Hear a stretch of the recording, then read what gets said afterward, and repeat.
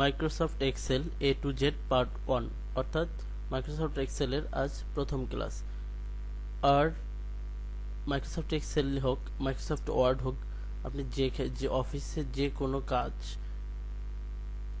মাইক্রোসফটের যে কোনো কাজ আপনাকে করতে হলে সেই কাজ সম্পর্কে, অর্থাৎ সেই কাজের উইন্ডো, যেমন যদি আপনি ওয়ার্ডে কাজ করেন ওয়ার্ডের উইন্ডোজ সম্পর্কে পরিচিতি থাকা প্রয়োজন, এক্সেলে কাজ করবেন এক্সেলের উইন্ডো সম্পর্কে পরিচিত থাকা প্রয়োজন, পরিচিতি প্রয়োজন, পাওয়ার পয়েন্টে কাজ করলে পাওয়ার পয়েন্ট, এক্সেসে কাজ করলে এক্সেস, এক কথায় উইন্ডোজ পরিচিতিটা থাকা খুবই গুরুত্বপূর্ণ।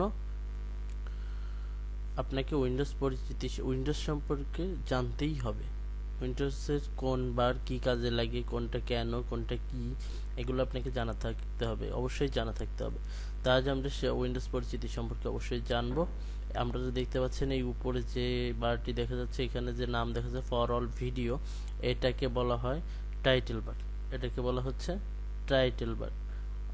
আর টাইটেল বারের একটু নিচে যেগুলো আপনি দেখতে পাচ্ছেন, এই যে home, insert, page layout, view, review, এগুলোকে বলা হয় মেনু বার, এগুলোকে বলা হচ্ছে মেনু বার।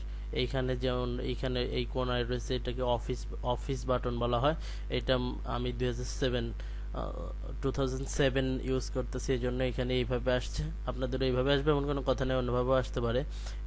এখানে উইন্ডোজ 2007 পরবর্তী যে ভার্সনগুলো আছে সেগুলোতে হয়তো এইভাবে নাই, অন্যভাবে আছে। যেভাবে আসুক এটাকে অফিস বার বলা হয়। অনেক এখন এইটার মধ্যে যেগুলো আপনি পাচ্ছেন এখানে ব্যবহার করতে পারবেন, নতুন ফাইল, আপনি নতুন ওয়ার্কশিট অ্যাড করতে পারবেন, অন্য ওয়ার্কশিট ওপেন করতে পারবেন, সেভ করতে পারবেন, সেভ অ্যাশ করতে পারবেন। অবশ্যই প্রিন্ট আপনাকে করতে হবে, কাজ করলে এখান থেকে আপনি প্রিন্ট করতে পারবেন।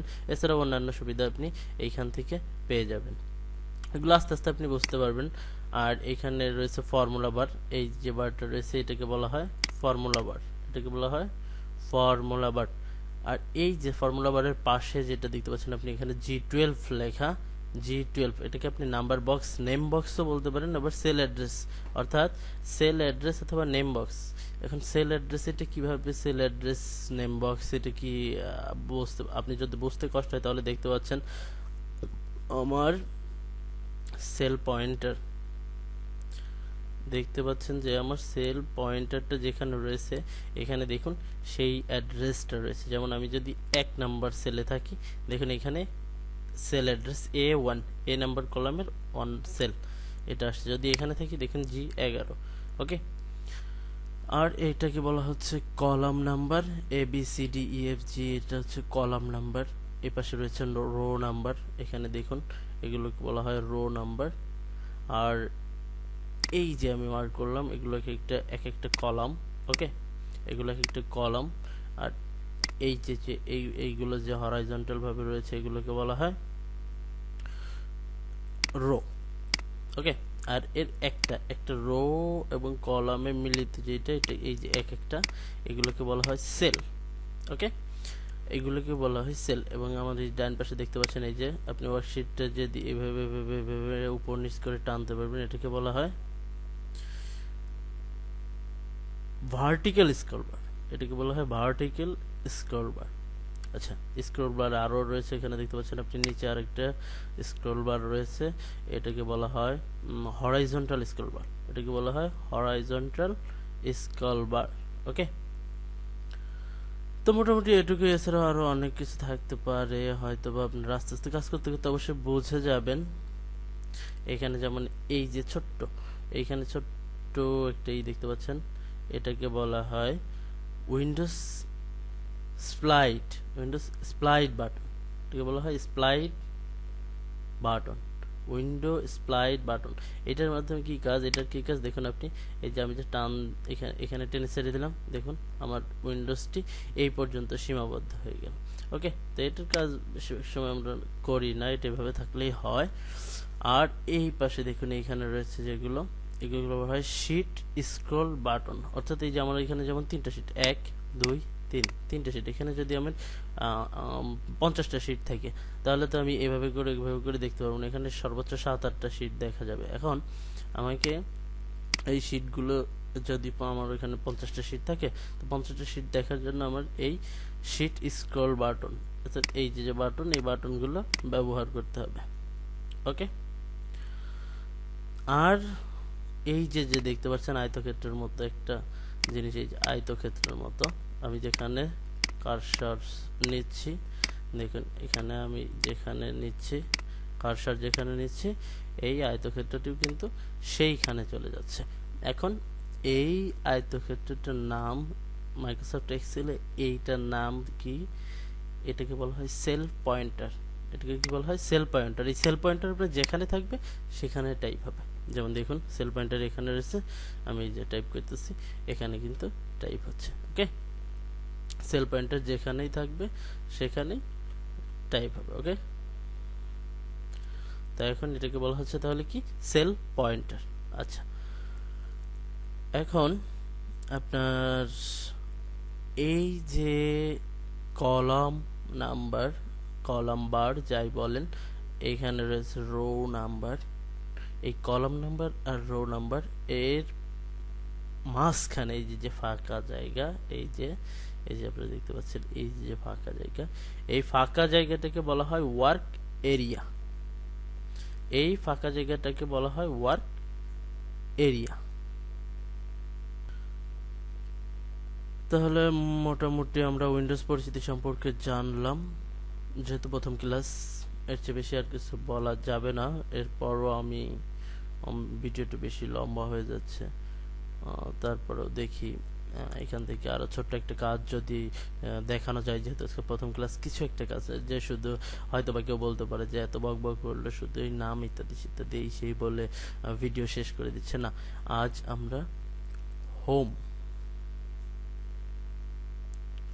এটাকে কি বলেছিলাম? একটু আগেই বলেছি, এটাকে বলা হয় মেনু বার। আচ্ছা, হোম মেনু থেকে আমরা ক্লিপবোর্ডের কিছু কাজ দেখব। এখানে দেখুন লেখা রয়েছে ক্লিপবোর্ড। এই হোমের এখানে প্রত্যেকটারই আলাদা আলাদাই দেখুন আলাদা আলাদা সাব মেনু রয়েছে, অনেকগুলো কাজ রয়েছে। এখন হোমের কাজ আমরা যেহেতু এটা সিরিজ টিউটোরিয়াল করতেছি, পার্ট একবারে A to Z দেখানো হবে, সে তো আমরা এক সিরিয়ালে এইখান থেকে সিরিয়ালে করব। ওকে, A to Z এর যতগুলো ভিডিও থাকবে, এক্সেল A to Z এর যতগুলো ভিডিও থাকবে সব পার্ট এক সিরিয়াল মেইনটেইন করেই করা থাকবে। তো এখন আমরা হোম মেনু থেকে ক্লিপবোর্ডের কিছু কাজ শিখব। আচ্ছা, ক্লিপবোর্ডের কি ক্লিপবোর্ডের আওতাভুক্ত যে সমস্ত কাজ আছে এর মধ্যে বেশিরভাগ ব্যবহার করা হয় কাট, কপি, পেস্ট। এখন আপনি এইখান থেকে কাজ করতে পারবেন, কিবোর্ড শর্টকাট ব্যবহার করেও কাজ করতে পারবেন। কিবোর্ড শর্টকাট ব্যবহার করে যদি আপনি কাজ করেন, আপনার কাজের গতি বাড়বে। তা আপনি যেহেতু নতুন শুরু করতেছেন, আপনার কিবোর্ড শর্টকাটগুলো আগেই প্রয়োজন না, আগে আপনাকে কাজ শিখতে হবে, তারপর দ্রুত করতে হবে। এখন আপনাকে হোমের কাট, কপি, পেস্ট, এটাই ক্লিপবোর্ডের প্রধান কাজ। এই তিনটা কাজই আপনি বেশি সবসময় করতে হবে আপনাকে। তাহলে আপনি দেখুন, প্রথমে আপনি কাট কিভাবে করবেন। কাট হচ্ছে এক জায়গা থেকে কেটে আরেক জায়গায় বসানো। এখন কাট করতে হবে কিভাবে? আপনি যেমন আমি এখানে রাসেল লিখেছি, এটাকে আচ্ছা একটু কালার করে দিই, হাইলাইটস করে দিই। আচ্ছা, ফিল কালার করে দিলাম।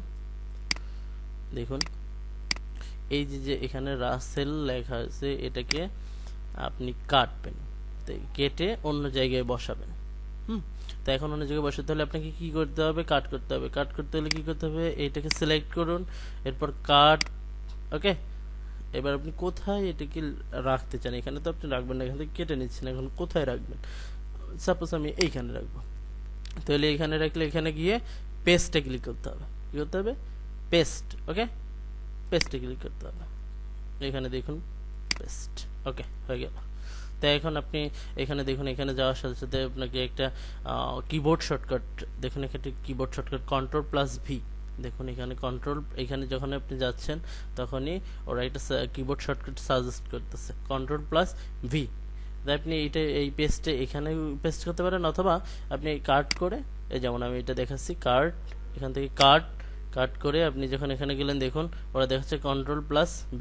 আপনি তাহলে কিবোর্ড থেকে কন্ট্রোল, আপনি যেখানে এইটা কেটে যেখানে বসাতে চান সেখানে যান, এরপর কন্ট্রোল+V প্রেস করুন, দেখুন অটোমেটিক হয়ে গেছে। ওকে, তো এইগুলো কাট আর পেস্ট। কপি করতে হলেও পেস্টের প্রয়োজন আছে, কাট করলেও পেস্টের প্রয়োজন আছে। ওকে, তো এখন আপনি এটাকে কাট দেখালাম, এখন দেখুন কপি কি করতে হয়। কপি হচ্ছে, আর আপনারা কপি বলতে আমরা এক কথায় নকল, এইখানে যেমন লেখা আছে এরকম সেম লেখা এখানেও আরেকটা হয়ে যাবে। তাই আমি এইটা কি করতেছি, এটা সিলেক্ট করলাম, যেহেতু কপি করব সিলেক্ট করলাম, এবার এখান থেকে কপি করলাম। ওকে, এবার আমি কপি করে কোথায় নিতে চাই, কোথায় বসাতে চাই, এখানে বসাতে চাই, তাহলে এইখানে আপনার সেল পয়েন্টারটা এখানে রাখলাম, যেখানে আমি এইটিকে কপি করে এনে বসাতে চাই সেখানে সেল পয়েন্টার রাখলাম। ওকে, এবার এখান থেকে পেস্ট, আমি পেস্ট দিলেও পারি অথবা কিবোর্ড থেকে কন্ট্রোল প্লাস ভি। আচ্ছা, যেহেতু ওরা সাজেস্ট করতেছে কন্ট্রোল প্লাস ভি, আমরা কন্ট্রোল প্লাস ভি পেস্ট করলাম। ওকে, দেখুন এখানে চলে আসলো। ওকে, তারপর আপনি দেখলেন আরেকটা বিষয়, দেখুন এখানে যখন আমি কপি করলাম, এখানে গেলাম কন্ট্রোল প্লাস ভি করে পেস্ট করলাম, এরপরে দেখুন আমার এইখানে এই যে কপি করার যে দাগ চারপাশে দেখুন এখানে যে আন্ডারলাইন হয়ে গেছে, এটা কিন্তু থেকে যাচ্ছে। এখন আন্ডারলাইনটা কীভাবে করবেন, আপনি যে কোনো একটা ফাঁকা সেলে ডাবল ক্লিক করবেন। ওকে, যে কোনো একটা ফাঁকা সেলে ডাবল ক্লিক করবেন, ইজি। তো ওকে ভিউয়ার্স, আশা করি ভিডিওটা ভালো লাগবে।